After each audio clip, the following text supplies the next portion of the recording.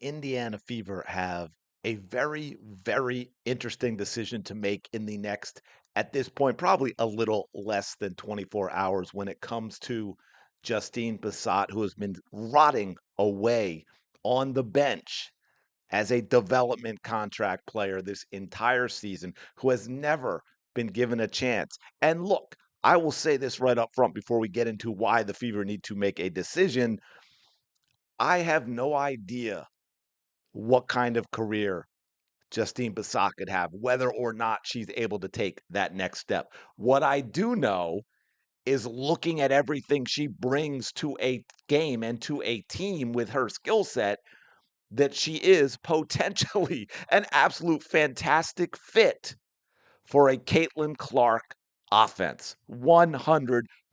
But the Indiana Fever don't want to give her that opportunity, probably because she could be a great fit for a Caitlin Clark style offense. They want to run the Stephanie White style offense that will have Indiana playing in front of 4,000 people again in a few years, whether Caitlin Clark is on the team or not, if she were to buy full into it, which is why every Caitlin Clark fan I've talked to had no interest in watching that game against the Aces. The ones I'm not talking about the ones who did watch it. Like, no, that is the WNBA basketball I ignored until Caitlin Clark. Now let's get into this. Welcome back to the channel. Thank you for being here. Truly appreciate all of your support. Hope you all having a fantastic day. Shout out, of course, to the 19. Like, comment, subscribe. Y'all know the drill.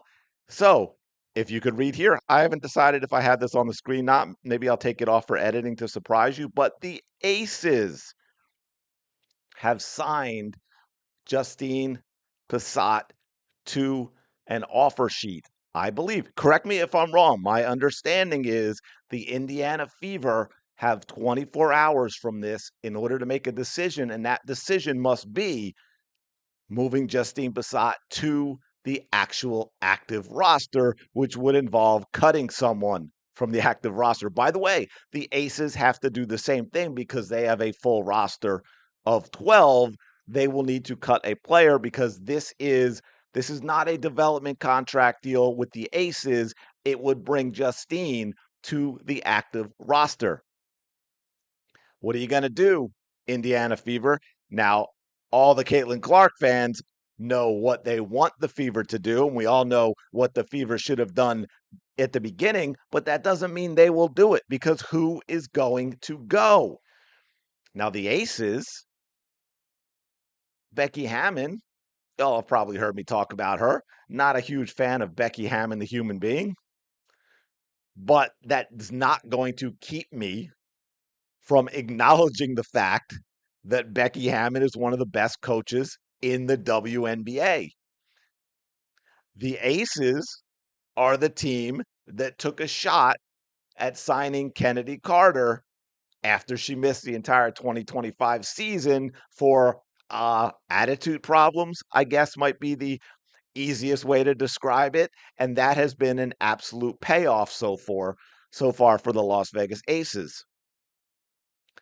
So here we go. Indiana Fever fans. Now, Justine Bassat, for those of you that don't know or don't remember,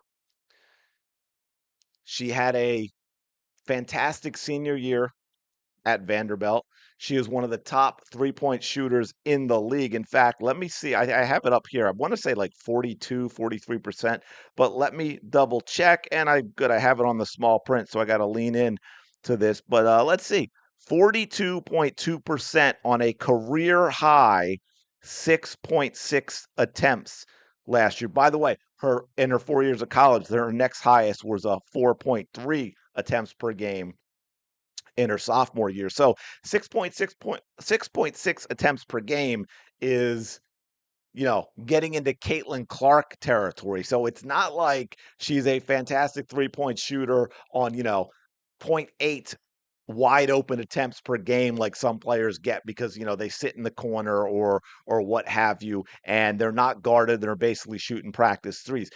If you saw the video I did when they drafted her, I saw show clips where she can post up inside. She's got good moves. She runs well. Oh, did I mention she's a 6'4" guard slash forward, and the slash forward is because she can play pretty much everywhere. She is what we would call the prototypical stretch four that the Indiana Fever have needed. That is just the type of player who can get her own max contract simply by playing the stretch four in the Caitlin Clark system. Caitlin Clark being allowed to play the read and react. This is my feeling on Justine Bassat. How good can she be? I really don't know for sure, but I absolutely believe that she would be a very above average player if she were allowed to play next to Caitlin Clark in the read and react because she simply has those tools. She's 6'4", yet she moves very well. She moves more like a guard, right? She's very mobile. She's agile. Obviously can shoot the three, as we know, one of the better three-point shooters out there. She can play inside and post up and score as well. She can run on the fast break and finish. It is wild, wild to me, the pettiness of the Indiana Fever organization, because for those of you that love Kelsey Mitchell out there and think she's the greatest thing ever, and that's fine. Or you love Aaliyah Boston, that's fine. I have praised them both many, many times. But here's the thing you need to understand, and I wish, and maybe she does, right? Maybe she does.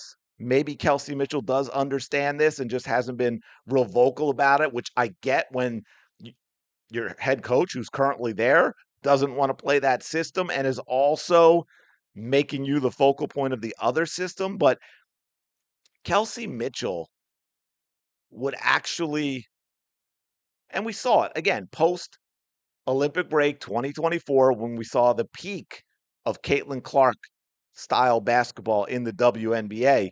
Kelsey Mitchell was phenomenal. Kelsey Mitchell was a top 5 MVP player post Olympic break.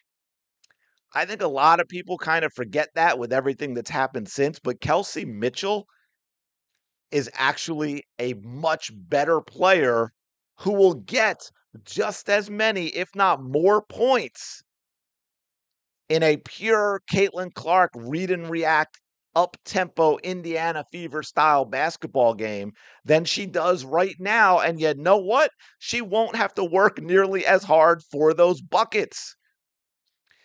Same thing for Aaliyah Boston. Aaliyah Boston be a much, much more effective player who will get a lot more inside a Caitlin Clark read and react that also has a lot of the Aaliyah Boston, Caitlin Clark pick and roll. By the way, man, pick and roll with the 6'4" Justine Bassat.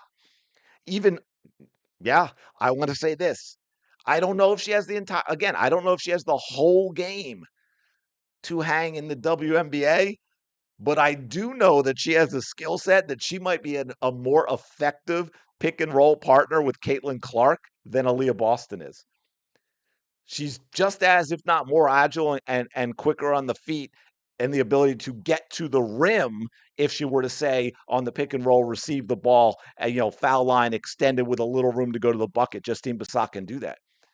Justine Bassat is a much, much, much better outside shooter than Aaliyah Boston. Now, for those about to go crazy, I'm not saying Justine Bassat is a better player than Aaliyah Boston right now. I'm saying in that specific aspect of the game, Justine Bassat could actually cause other teams more trouble than Aaliyah Boston. And we know she can run as well. So, man, this is a huge decision for the Indiana Fever. I mean, I'll just finish off reading a few of the reactions that we'll just scroll on through here. MFer, this whole franchise is crap. I don't know why that one's weird. When I say Stephanie White is in cahoots with Becky, Fever effed this up. In parentheses, pretends to be shocked. As much as I hate to lose her, Fever front office did her dirty and she deserved to play. Congrats, Justine Bassat. Go be great. Wonder if this is what the two coaches were chatting, exchanging about after the game on Sunday.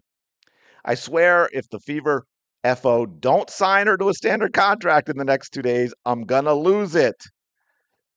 let go of Grace and sign her, give Grace the development. Yeah, I don't think Grace should have been given an opportunity to play as well. I don't think Grace is the problem. I can think of a few other players that should go, but three-level scorer with crazy range, but Fever FO rather keep 35-year-old DD shooting line drive threes. Yeah, I mean, you could let Dantas go. I don't know if Dantas if that's really the problem either. I think there are a lot of a lot of other options as well. So they let Chloe Bibby go. They let Passat go. They barely ever play Van Sluten. Does White have a problem? The unspoken part is, does White have a problem with White? I think that might be the better question. So, yeah, man, it's going to be really interesting to see what goes on going from here. It'll be interesting to see if Becky gives Passat some legitimate minutes and brings her along. Obviously, they felt the potential of Justine Bassat was worth cutting a player, because keep in mind, that's what I'll end with this. The Aces are going to need to cut a player on their active roster in order to sign Justine Bassat. So, yeah, interesting. Let me know. Are you don't really care because you haven't seen Justine play? Are you like, hey, I hope she gets a chance because we're not going to give it to you? Do you wish the Fever had given her a chance? Let me know in the comments below. Y'all know the drill. Like, comment, subscribe. I will talk to you later.